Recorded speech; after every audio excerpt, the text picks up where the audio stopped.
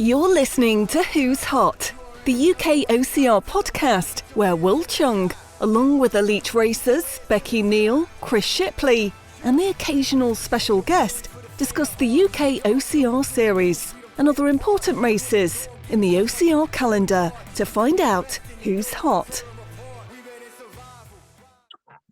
Hello, and thank you for downloading the latest UK OCR Who's Hot podcast. My name is Wil Chung. I'm the host, and I am here, as always, with my two OCR elites. I've got in my left corner, I've got Chris Shipley. Chris, hi, how are you?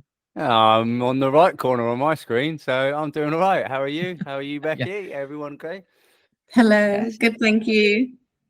And of course, as Chris has just mentioned, we've got Becky, Neal. Becky, UK team captain. Hello, welcome. We're in such a prestigious company. It's my pleasure. I'm excited. I hope everybody else is. It's going to be a successful and memorable year, I hope, for everybody. I'm sure. And of course, we have Jamie Gain as the vice team captain as well. And Dawn Jollies as team captain, team manager. Yeah. Dawn's been super helpful, and I can't wait to work more with Jamie. Brilliant. Yeah. Brilliant. Welcome, as always, the three of you. Before we talk about Born Survivor, because this is the Born Survivor preview, the second race in the UK OCR series, very quick recap of the 3K series.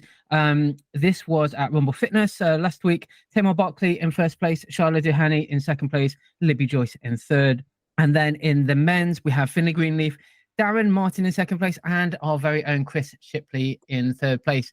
Very quickly, because of course we don't really cover this, but very quickly, how did the race go, Chris?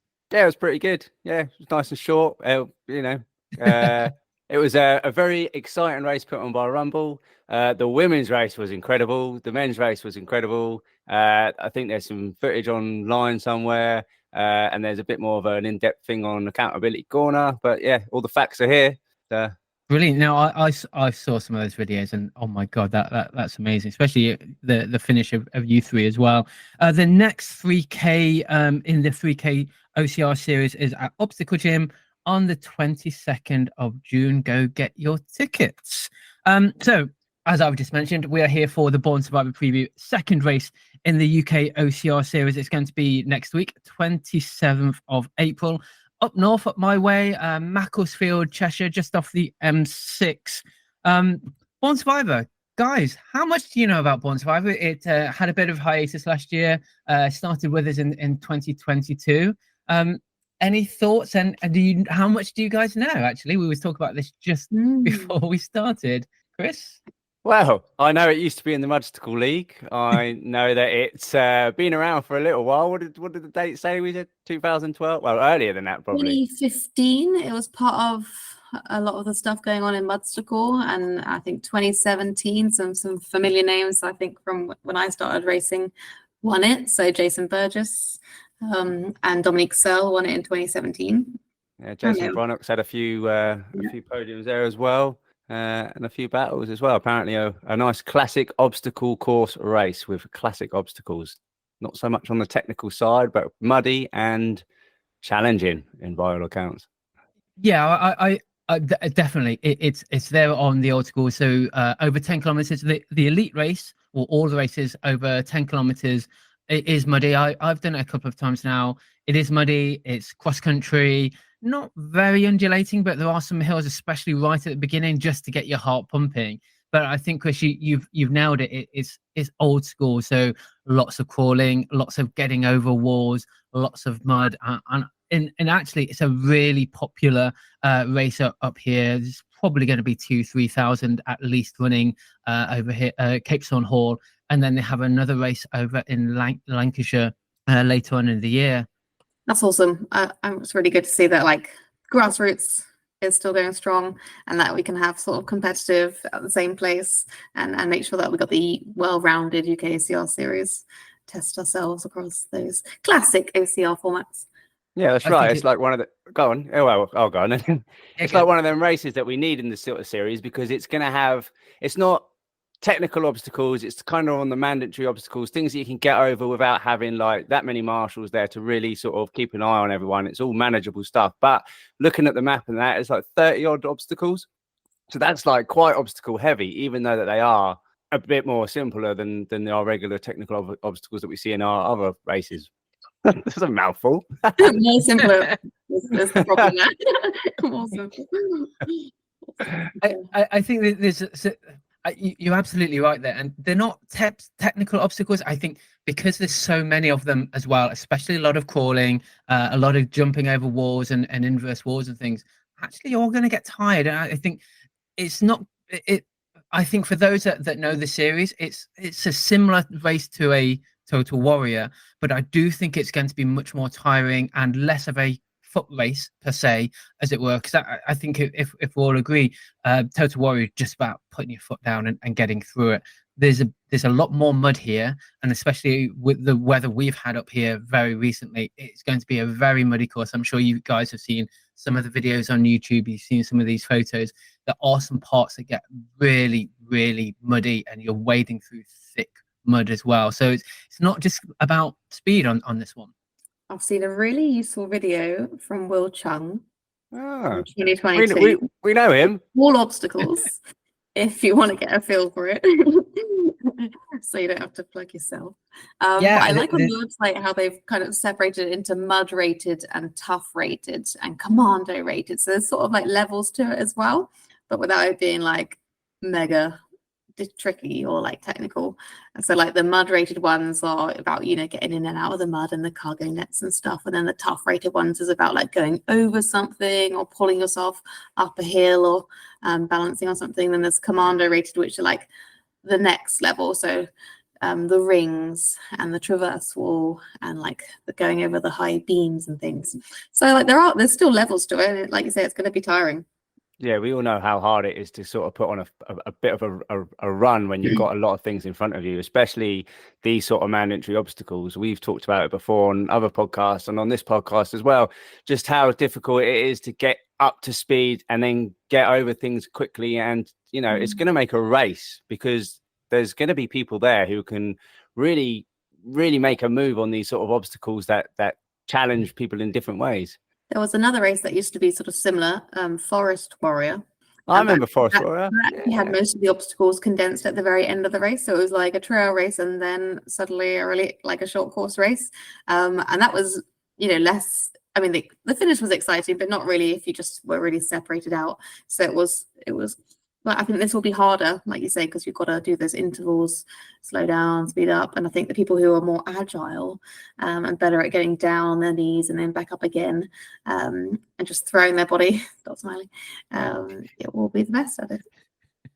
I think, you know, again, just plug in the video. I need a few more clicks. The video does, I made sure I take every single obstacle. So it'd be a good idea of what the obstacles are like, if not always the terrain, because I don't always take video terrain because no one's really bothered about going up a hill, downhill. I think a few things that I would mention is the start. And the start is a big pen, but very quickly goes into a bottleneck. So you've got to be out fast to avoid that little bit of bottleneck. Because let's say even if there's 30 or 40 in that elite wave, and also, by the way, the elite wave is going out with the marathon wave. So I'm going out in the same wave. So there may be 60, 70, 80 people. So you've got to get to the front of that bottleneck. Otherwise, you're going to be behind by a few seconds. And then you're going straight uphill, downhill, uphill, downhill. I think it's kind of, you know, you're going up and down the hill a few times before then getting to some of those obstacles. So the start I think is really important to get out early to avoid the bottleneck and then avoid, you know, the crowds of getting there. There's a couple of other obstacles. Sorry guys, I don't want to take over, but a couple of obstacles I would mention is paraplunge, drop zone alpha and paraplunge. And then you're basically going off a like 10 or 15 foot high platform into the water. Now, I remember again when I was doing some filming at Total Warrior, some people just froze. And again, it's not a technical hard obstacle. You're just jumping into a bit of water. But for some people, it does scare them a little bit. So that's something really to watch out on. And I think you've got drop zone alpha and dunker drill. So you've got either the choice of just jumping in yourself or getting in kind of this tube and sliding into the water. It's not a slide all the way. You still drop into the water, but, you know, whatever takes your fancy, really. Torpedo. Yeah, I think that hesitation Like that is what makes it an obstacle, and that's exactly why if you look in the classification of the rules of the sport, we've got psychological on there, and you might see that on as like the primary obstacle challenge. It's psychological, just like the death sliders. There's people who lose time, hesitating before those kinds of things. So it really does take something. You have to consciously like climb up and go straight away. Even just stopping. Sometimes I just stop, pause, put my foot out, and then start running. Like you really have to consciously go for it to get that continuous movement into the obstacle. And that's what we've been training for. The people competing in this train that for all the other obstacles. But often we don't really try and practice that. So it's going to be a bit of a shock, maybe. But you're going to do it. You're going to do it eventually. This is a thing. You've got to. You might as well just do it straight away. I've got a little technique for that. Oh yeah, you gonna share? Yeah. Basically, I just tell my brain to shut up. Brain, shut up legs, shut up brain. Yeah. Another really interesting obstacle is one called waterboarding. I think it comes relatively early on in the video. You're basically on your back, going uphill, kind of as though a cage is on top of you. So you're kind of pulling yourself against the cage with your back on the hill, but water is coming down on your face as well as you're pulling yourself up the hill. So that's, again, not technically difficult, but if that water is just dripping into your mouth and your eyes at the wrong time, it does kind of mess things up a little bit for you. So that's an interesting one. This is a military sort of born obstacle race, and waterboarding is a form of torture, isn't it? So obviously the race directors have they must have been tortured in the past and then thought, well, we'll just torture like our race participants just to get a feel for it. I mean, that's how these obstacles have been designed. They're army sort of assault course obstacles. Absolutely. If you guys look at the agility course, that's interesting because that actually is a set of 5, I think, wooden obstacles as in an agility. So you're going over and under particular things. You're doing a twinkle toes balance beam sort of thing, and that's a really quick one. And I think for the more agile OCR races, they can probably gain quite a bit of time there rather than those that might have to just think about it and take the time to balance across certain things there as well. Yeah. So it's quite a high balance by looks of the kind of images and stuff, and quite narrow as well. I think we're quite used to doing like a Spartan balance beam or something, which I think is pretty solid in general. This one looks like more difficult, I'd say. And if we're muddy or it's rainy or you've got slippy feet or you've got massive lugs on because the rest of the course requires really deep tread, it might actually be something you have to really focus on, especially if you've been running pretty fast into it. The other obstacle that I would mention, and I can't see it on the pictures here.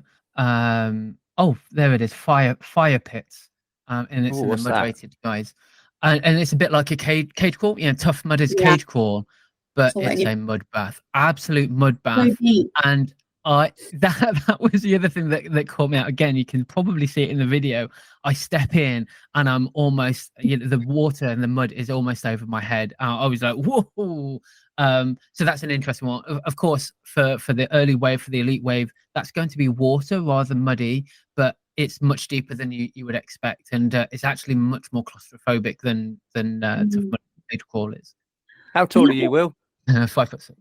5'6", so he's probably about 5 foot. So yeah, that's pretty deep. It's pretty deep, and often when we jump into a waterfield thing, we're expecting to land on our feet, unless it's from a height. And I think maybe both of those lanes didn't really look similar depths on the video. Obviously, they might not be still the same like that, or they might. But I think you probably won't know. You won't be able to test it. You won't be able to figure it out until you see someone do it or you do it yourself. So just you've got to be prepared. And then you've got to sort of turn around, get your head under. And I think with all the rain that we've been having, I am wondering about that obstacle, but also that one with the tubes. I think it's called rat holes. Dark water-filled tunnels is the description. You know and what? If you're a little bit claustrophobic and the water level has gone up from the rain and there's less and less, they can't take the water. Well, maybe they could, but they're unlikely to take any water out. So it's just going to be however deep it is. And it looked quite long. Absolutely. I'd actually forgotten about that one, Becky, and now I'm just looking at the photos and because it was traumatic. Yeah. Yeah, and there's no like rope to pull you through on that I can tell, but maybe there is. I think our clothes are going to take a bit of abuse on this course, with barbed wire, dragging yourself on your back up that hill on the waterboarding one, like catching stuff on barbed wire, and knees might get a few bumps. So I think it's good if you can kind of protect themselves, but also tackle things, keeping their body and preferably their clothes intact. Yeah, you're going to need a Persil tablet after this race, that's for sure. Well, just need a professional cleaner. You know one of them. So those are the obstacles I think that are really worth mentioning, and something that maybe racers haven't really seen before. There are rings. There's lots of in-horse wars. There's lots of wars, especially towards the end as well. Just talk about spectatability, Chris. The start is great. You've got a DJ that counts everyone down. There's music going on in the event village for people to go off. It's fantastic. But just as they turn around, they get to see the whole end part. So there really is a gauntlet of obstacles towards the end, towards the sprint finish. So from what I remember, maybe about 500 or 600 meters of obstacles, whether they're walls, the power plunge, I think was there. There's, is it called the Blitz, which is kind of their quarter pipe version, which is their final obstacle. So for the spectators, they get to see quite a lot at the beginning. They will see all of the end and are able to kind of cheer people on as they're going. So it's a fantastic gauntlet at the end. And if people are together, if the races are together, it's going to make for a fantastic finish. Nice. Is there a slide in that part as well? Maybe. There is an optic enema style slide. Yes. Okay. Into not a big water slide type. No, slide. I think the one that we see on the finish, like a rat race. Yeah, the torpedo. I think that's that's in Lancashire. That's not. Yeah. Okay. Unless they bring it across, you never know. You never know. On his Instagram, he did say that they might be bringing some more obstacles over, so there might be some surprises. A slip and slide is something you could transport. You could indeed. I think that trench traverse could be tricky. Like if you're tired, covered in mud, it is still quite small grips and small things for your feet, quite long. And we've seen people make mistakes on that before, like elite racers, even if they're quite capable of doing it, people make mistakes on that kind of obstacle. So that could be an exciting finish. And if there's that kind of ramp that you say, and you're very slippery, it will probably take more effort than we think. What's interesting is as they go towards the end, they have this obstacle. I can't remember the name of it, but it's this one on the photo where you're crawling. You're then going up the fences. You're going over another wire fence as well, but because you're crawling through this sand pit, actually the sand starts to get everywhere as well.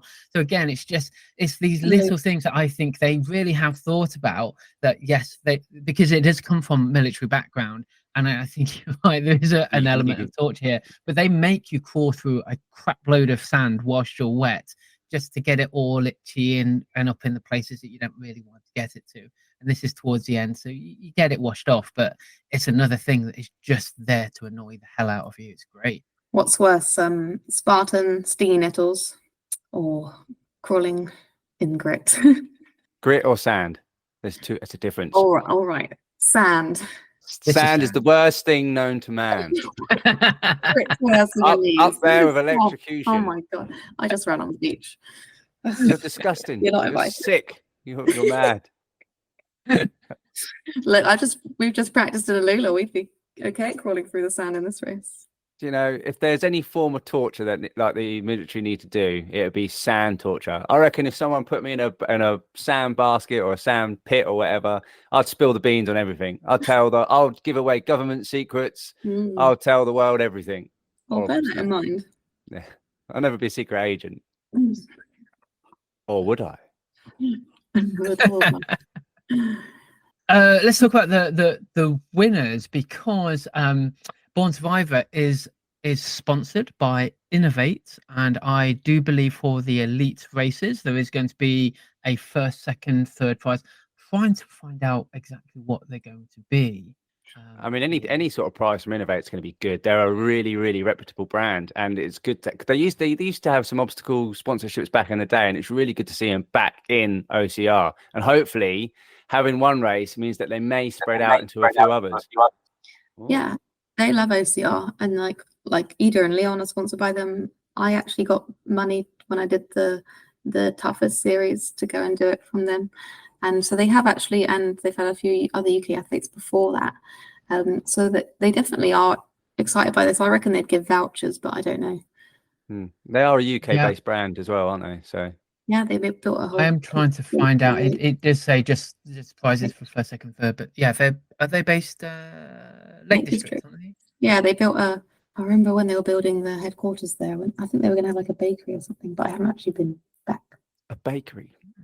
Innovate Bakery. That's innovative. That's all I remember. Giant croissants. I love a croissant. Croissant. So 10K croissant. 10K first wave with other people. How much elevation do we think is going to be over that course? Apparently, there's not too much from what I can see, but there are some like short, sharp hills. Grass. Short. You guys keep talking. It's I will have a look. If you're looking at the website and you've been in OCR for a little while, it's actually quite nice to see some of these pictures. You've got Jason Bronick there in his orange vest on this race page. And I think that's him again when he was in the musical machines. Yeah, I messaged Jason. I messaged Jason today, and he got back to me. He said that because he's won this race 3 times, and he actually said it was a flat and fast course, and nothing too technical obstacle wise. But remember there being a fair amount of water. So yeah, you can see Sean Merriweather jumping into the water over the fire jump there as well, and then you got Jason, Dom, and Sarah, who looked like they had some prizes. There's little trophies, nice gold trophies. Gold for Dominique and Jason there. Looks like silver for Sarah. And then there's Sean again on the traversal. So I have my Strava up. I don't know whether I must have started it a little bit late because I'm saying I've got 9K on my watch, but maybe I just cheat a little bit as well. 93 meters of elevation in total. Very flat. Relatively flat. Almost as flat as Milton Keynes. Wow. Is that Carl Bell behind Sean Merriweather jumping over the fire? I thought I saw Carl Bell in some of the photos too. Yeah. Yes. It was in the results from last year. He won. So it is his neck of the woods. So could possibly we be seeing a return from him? I would think. I mean, there is the announcement of cash prize money in the UK series now. So if he wants to get his hat in the mix, he's going to have to start doing a few races. So this would be the one. And then Spartan. Well, you could do Spartan separately as well.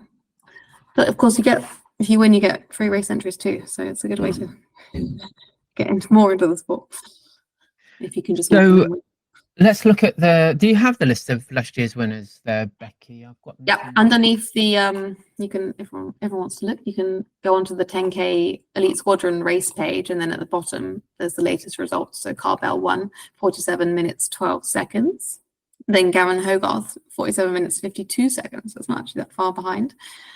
Jason Bronick 48:13. Again, pretty close. That's only like another 20 odd seconds behind. Then Sean Merriweather with 4th, about 3 minutes behind that. Then Ramunas. And there's a few other names, and then we've got Karen McQuarrie. Looks like she's the first lady. The results are combined here. Amber Simpson. There's a few unnamed survivors, so can't tell whether any of those are ladies. No, it says Michael here, but is that Michelle? I think it should be Michelle. Oh yes, because Michelle's up my way. She's Manchester. Yeah. I guess that's Michelle. So that means Karen's had experience on this course, and Karen, of course, is the current leader of the women's series. Hold that thought. Let me go quickly through top 10 of male and female. Of course, we only have the one race so far. However, in the female First place, Karen Macquarie. Second place, Federica Di Caria. Third place, Josie Lloyd. Fourth place, Becky Neal. Fifth place, Tamar Barkley. Sixth place, Charlotte Dehany. Seventh is Sandy Powell. Eighth is Pip Rainbow. Ninth, Deborah Love. And 10th place, Louise Ferriman. In the men, we have first place, Russell Walsh. Second place, Morgan Maxwell. Third place, Ricky Carino. Fourth place, Finley Greenleaf. Fifth place, Darren Martin. Followed by Fergal Keeney, Alex Young, Dessa Scanella, our very own Chris Shipley, and Liam Mitchell in 10th place. So, Becky, sorry, I did cut you off there. We don't have a start list. We're a bit early for a start list. But you talked about Karen. She's currently leading the league, but of course I think she won 2022 as well. So she's definitely got some form here at Born Survivor. I think actually we've all noticed Karen's results recently, but I think the last 6 months, basically since Nationals or just before that in October, she's excelled. Like every race that she's been to, it's not like she's had any poor results. Nuts, of course, Starting Warrior, and then all the ones that she's done in other places, and then off the back of getting on the podium at the national championships, like really she's had the off season or pre-season of dreams, or end of season, like the bits that we don't necessarily focus on so much. She's been the one that's stood out from there, and actually it isn't because other people haven't been racist. She's just that good. She's got faster and faster, and is like overtaking people and better at the obstacles, better at the carries, better at the running, and it's not like it's just winning. Yeah, you can see she's putting the work in. She is definitely putting the work in. I mean, I check her out on Strava and I see she's putting the work in. You must check her out, Becky. She's a competitor of yours. So yeah, she's really having a good season, and it's looking amazing. So if you're going to pick anyone, possibly, it could be Karen. It's interesting. I think because of the runnability of it. Runnable is a word we use all the time. We're probably going to see similar to Spartan kind of results, maybe. I think. Yeah, but then you've got so many obstacles. You don't have this congestion of obstacles that you do in Spartan race. It's a lot more things to get over in a short space of time. Even on the 10K Spartan Supers, you don't have this amount of obstacles. It's quite spread out. So that's going to really make the field come together, and then people are going to be battling it out over the obstacles to just try and get positions. And then when they got like fast bits to get the run in, you're not sure who's going to be able to take it out, because everyone's got short speed at the moment to get going in the women's field, especially. Yeah, we saw that from the 3K. It's like an interval race, really, isn't it? Or a track session that accumulates to be 10K or a bit longer in time, probably. But you've got to really work hard between the obstacles. You don't just settle and have a long run in between. You've got to get in, get out, get off, and get going, and then try and overtake someone in that gap, or try and overtake them on an obstacle in a mud pit. You don't just go in, stay behind them, carry on, get out behind them, jog behind them. You've got to just sort of take your moment, find your moment.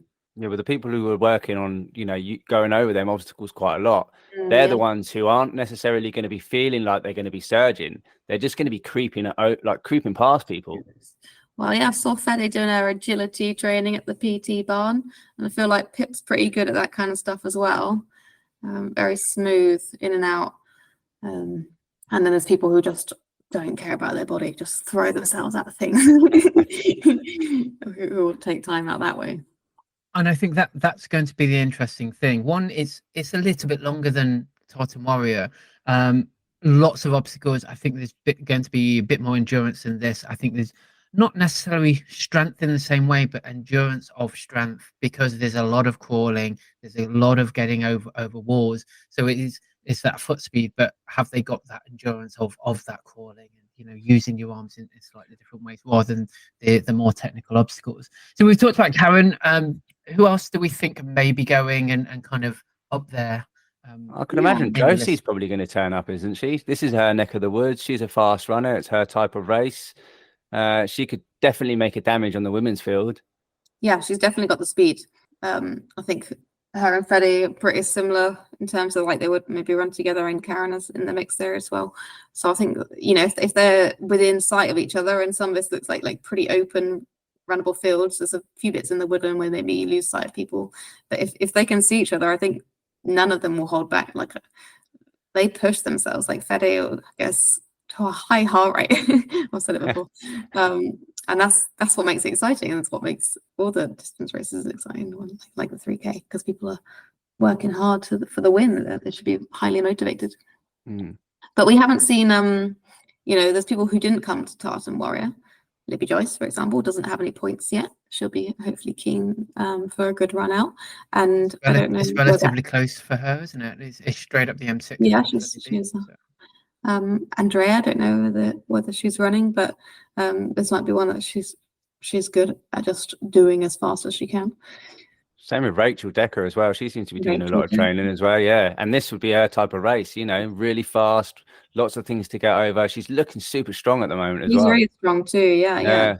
Oh, Shy, we'll see how Shy gets on. And Tamar is also like, she's right there. She's right on the shoulders. Tamar's having an amazing season already. I know she had a bit of an ankle injury after the 3K Rumble.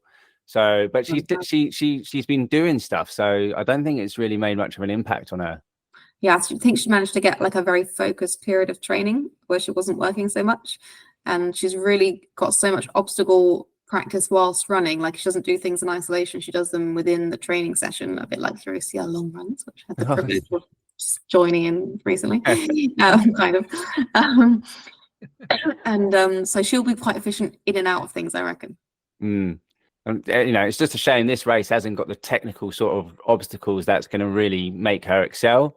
Yeah. It's going to come down to a bit of hard graft running. But the way that she dug deep at the end of the 3K, she's got some hardcore running in her. Yeah, but we've got like over 30 women from the first race. So if I reckon a good chunk of those people, like some other names, or Shy as well, Sandy Powell, maybe she'd come. Louise Ferryman, of course, she was ill for quite a few weeks, so hopefully she's a bit more recovered now and able to push herself a bit further. Laura Hayward, of course, is a staple. She's maybe she's raced this before, I don't know. Probably. Julie as well, and Charlie and Megan, the girls from Rumble. Maybe Nicola from PT Pon. Dawn Jollies hopefully will be there as well with the family. And Wendy. Oh, Wendy will be there. Yay. Before we go on to the men, do you think this is then, we talked about this in all leagues, all seasons, do you think this might be a place to get some easy points, Becky? No, I don't think so at all. I do not think this is going to be an easily won race. And I think there's going to be so many people bunched. I mean, even with the 3K that we saw, you couldn't pick who it was. You couldn't pick who it could be at Tartan Warrior. It was so close in the 9K or whatever distance it was. This is going to be the same. It's going to be wall to wall, especially in the women's. Yeah, for a moment I was getting excited about the obstacles, and because I'm doing London Marathon 5 days before this, so I'm not going. Are you sure? I don't think I can. I also can't get there that quickly from work very easily, but it's not impossible. But there were some other things I had planned too. So currently I'm not going.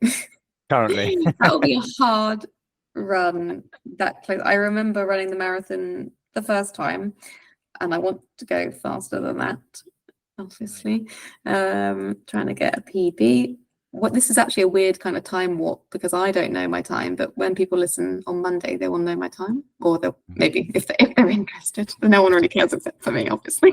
But it's weird that I don't know. People listening might know, apart from the Patreons. And this with the disadvantage this time, they can guess.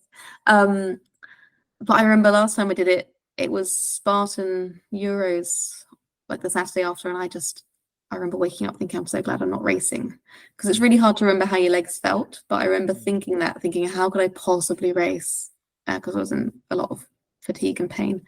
So I'm trying to remember that and not just book it on a whim. Yeah. So anyway, enough about me. So we'll see you there. Yeah. Okay. If you guys come up, I will find somewhere nice to take you out for dinner on Friday night if you guys come up. Yeah. Will, that was the wrong thing to mention food to me. you might just see me there. I'm like a I'm like a lost puppy when you mention food. Das will be there. He requests ramen, please. Oh, I was going to say, Chris, if it's me and you, then I know exactly where we would go. Because it might be Das as well. I am less known of any good vegan restaurants. So I'd have to do a little bit of digging. Well, I eat anything. Small and just like it. It's okay. So guys, before we go over to the men's, let's just who's hot, isn't it? I need a top 3 to put down in this spreadsheet. Oh, if only we knew who was going. Okay. It makes it more exciting, actually, to be fair. Andrea. Andrea in first place. Josie. Fede. So you're going with that because you think they're gonna. Okay, right. So I'm gonna go opposite strategy. You can go the opposite strategy. I'm gonna go with. I'm gonna pick people who I definitely think are gonna show up. Oh yes, yeah. I don't. So I'm gonna pick Karen. Yep. Mm. I'm typing a T, I think. Tamar, and then I'm gonna pick Josie. Interesting. I think Josie's a strong bet Josie's in every direction. Oh, I don't know. I think I might change my mind. I don't know. No, you can't change your mind. I've only picked people that I know have turned up to most of the races so far. So yeah, see, I'm going on. If everyone was in the race, I'm being less. The only person who I know is definitely going is Shy, because she's on the Born Survivor Instagram feed, by the way. Oh, good luck, Shy. Number 1. Over to the guys. Again, right. We don't have a start list. Let's go for it. Chris, I know you've kept your ear to the ground. So let's start with you. So I know we've got Dan Titcombe making a return. I know we got Jason Brunnett racing again. We've got Ricky Carino. He's coming down. I know we've got Morgan Maxwell. Hang on a minute. Let me just get my fingers out because I've lost count. 1, 2, 3, 4. Morgan. Darren? No, Darren. And Russell Walsh, Rumble Russell. Ooh. So out of those ones, we know for sure that's going to be a battle no matter what. That is hard, yeah. Russell and Dan and Mo. Mm. So you Russell, Mo, and Ricky, they're the top 3 from Tata Moria. They are indeed. And of course, Gavin didn't get to race. And Gavin was pretty fit before that. And he's probably now wanting to race because he hasn't got any points. I would assume, being that Ricky's coming down, and Karen's coming down, that there's going to be a few of the Scottish contenders making their way down a little bit. They don't often, for them to get points and come to a race, this is a fairly easy one for them to do because they don't have to travel so far. So if they're going to do it on an easier trip, let's say, this is where they need to do it. So we could even have a lot of fit body farmers coming down. And if they want to take the sort of team aspect, just showing up's going to have, things happen. Just working it out, and I think actually it's after, of course, Tata Moria. This is probably their second closest race because it's probably closer than Beach Tata Moria. Oh, no, Beach, yeah. Up in Aberdeen. Yeah, so it's a really strong start to the series for Fit Body Farm. They have to maximize their points at the start. That's where they're going to gain it. When people are ready and when the races, they're good to go. They're other races aren't getting in the way, like European Championships or whatever, national championships, and they can drive there more easily. Guys, also, as I always do, I put a message out on the members of British Obstacle Sports Facebook page. We never get any or many answers to the preview because I don't think many of the athletes really want to kind of show the cars, do they? But we know Alex, who was in 7th place at Tata Moria. He's going, I'll be there. My targets are to complete all obstacles efficiently, keep my running speed at target pace. And Malcolm Dunn, who is local, I meet Malcolm whatever North race I'm there, I'm at.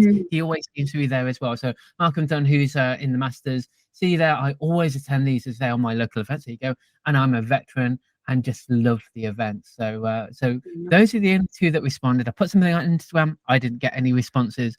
Hopefully we'll get more responses for the recap. But I always know whenever I put the preview question in, we don't really get anything because you guys are far too secretive. That's right. Everyone plays their cards real close to their chest because they just don't want anyone knowing who's going to turn up. I think it's so people go to the race and people are like, "Oh, I didn't know anyone was turning up," and then they can probably get an easy win or something. Do you think people feel less pressure then they think they'll perform better because they can sleep better and all those things, or do you think they're trying to not give it away so other people won't want to go? I mean, pressure's a real thing. I mean, I've spoken to racers after the podcast and things, and spoken how they feel about things, and they do mention that like having their names read out sometimes is a bit of pressure on them, and especially when you pick them to win. I mean, some people thrive on it, and some people really, really dislike it. I mean, most of the guys and girls, I think they actually secretly like it. I mean, I would. Yeah, but I'm always at the back. And we're the ones putting that pressure on, so I hope it's not too much for anybody. So just let us know if it's too much. But yeah, if you've won championships and series, you can't not feel a little bit of that. I would definitely feel the same. If you're in enough races, you don't win them all. I wonder whether like, for example, Josie hasn't won many races, but she's always super close. Like she's won some of the Spartan ones, but often on different days. And I think this could be the one maybe as well. I think she's looking for that win in a series or a big race. Well, that's the thing. And like I said before earlier, with the cash prizes, I know that the guys in the top 4, every one of those guys I said earlier, Morgan, Dan, Jason, and Russell, they're all chasing the UK series. So they're looking to capitalize on every point and every race that they can. They've all mentioned to me they've got little niggles, but I wonder when it comes down to it, go on. Oh, I just remembered another athlete that we haven't mentioned that didn't do the first race either. Imi. But she's how is her knee injury? I think she's not 100%. I don't think. Again, we'd like to know like what her focus is. Is she sort of saving herself for the European Championships? Is she looking to make a wave in the British Championships? The thing is with Imi, she's an incredible athlete, but we just want to see more of her. We just want to see where her skills lie. Yeah. We've seen like glimpses of it in little races, but we have never seen like what she's fully capable of. Bit of pressure for her. She's got this. It'd be great to see her out again. Just going back to the men's, so they're the ones that are definitely going, but we've already mentioned possibly the likes of Carl Bell. It's definitely his neck of the woods. Jason Bruneck, he's not so far across the Peak District to get across. Sean Merriweather, he may come across. That's one, again, very local race for Sean. He loves that race. He has just done an ultra though, hasn't he? Well, yes. Yeah. So another week or so to kind of get out, shake his legs. This may be time for him to have got rid of his tiredness from there. Hopefully we should see him here, because we need these athletes in there. There's super good people in the men's and women's field that just being a decent runner, you can turn up. It doesn't mean you can have an easy ride. Everyone's putting in some work, and it's going to be a battle. In the men's field, I don't think we could guess who's going to be on top. Well, you've got to. This is your job.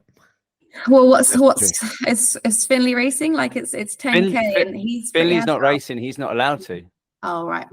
So yeah, down to age or something. Damn it! Because I feel like he'd be good at this one. Finley's getting a little bit too big for his boots. He'd be submerged under that cage crawl. Yeah. How's Mo feeling? I haven't spoken to him. I get too much of him, to be honest. He just talks too much about himself, eats too many pies. But he has had a nice little holiday in the Lake District, so he could be doing all right, having a bit of hill work and running work. But this is not sort of, I don't know, it's a difficult one because everyone's sort of, I would say this is the race that everyone has similar abilities to be the same.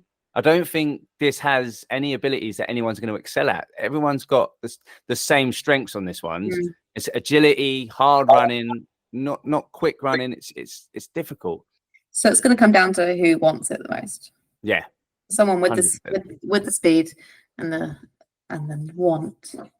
All right. So there's quite a lot of motivation, like you say. Prizes, points for prize money. So I'm pretty sure last time when it was sponsored by Scott, I think it was 150, £100 and £50 of vouchers. Yeah, that's reasonable. That's a Good prize to win. So top 3. Okay, I want to go with Russell, and then I'm going to go Mo, just because he's a mate of mine, I guess. And then I'm going to go Ricky, because out of all the people that I spoke to, Ricky's the only one who said that he's got through a training block without getting injured. So I want to go Ricky. Plus, he's looking good and he needs the support. Well, he doesn't need the support. He's looking good. So, Becky? I'm going to go Dan, Russell, Carl. ooh, Last year's winner. it's good. Good. I think he'll be back. Don't know he's going to be there. Don't know. I like how you've gone really risky this one, Becky. Yeah, well, I'm winning. It's the second race. And I lost on 2 people, so it's not that bad. I'm not that far behind. He's also current champion, to be fair. All right, Will, whose side are you on? I'm neutral. I'm just the host. Doesn't seem neutral. Favoritism. Well, she's been on this podcast a little bit longer. She's also team captain, so Yeah. You don't have to agree with me, Chris. It's better if we don't agree. It's true. Exciting. Maybe I'm just saying the opposite to you. Maybe. You guys got anything else you want to talk about Born Survivor before we finish off for the evening? Make sure you pay attention to the rules. The marshals, thanks the marshals, thanks the officials. We don't have all the info yet, so when you do, make sure you read it. Yeah. Luckily, it doesn't seem too complicated. So put your feet on. Put your feet on. Yeah, put your feet on and get running. But if I fall off a balance beam, do I need to start again? If I can't get up the wall, do I have to do that until I stop, till I can? Do I have a certain number of attempts? Do I am I allowed help? Maybe just figure those things out before the start gun goes off. Yeah, good advice. Ask the race starter on the start line if you're not sure. Just or all agree something. Just hopefully we won't get to that point. There'll be some stuff before, but we don't have that info yet. So stay tuned. I would remind people who are going, there is a parking charge. It's £8 and it is cash only. So be aware of that. The emails always talk about it, but I just want to make sure people know that.